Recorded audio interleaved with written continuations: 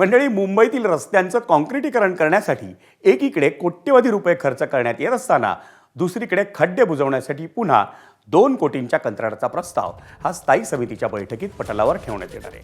मुंबई महापालिकेच्या ए, बी, C, D आणि E प्रभागात खड्डे बुजवण्यासाठी 3,85,00,000चा प्रस्ताव स्थायी समितीनं आधीच राखून ठेवलाय. त्यात आता मुंबईत खड्डे बुजवण्यासाठी शीत मिश्रणाचा पुरवठा करण्यासाठी 2 कोटी रुपयांचा प्रस्ताव उद्या स्थायी समितीच्या बैठकीत पटलावर ठेवण्यात येणार आहे. 6 मीटरपेक्षा कमी रुंदीच्या रस्त्यांवरील खड्डे बुजवण्यासाठी शीत मिश्रणाचा पुरवठा करण्याच्या कंत्राटाचा प्रस्ताव हा आणण्यात आलेला आहे आणि त्यासाठी मुंबई महापालिकेनं मित्तल पेट्रो फार्मा केम या कंत्राटदारांची निवड केली आहे.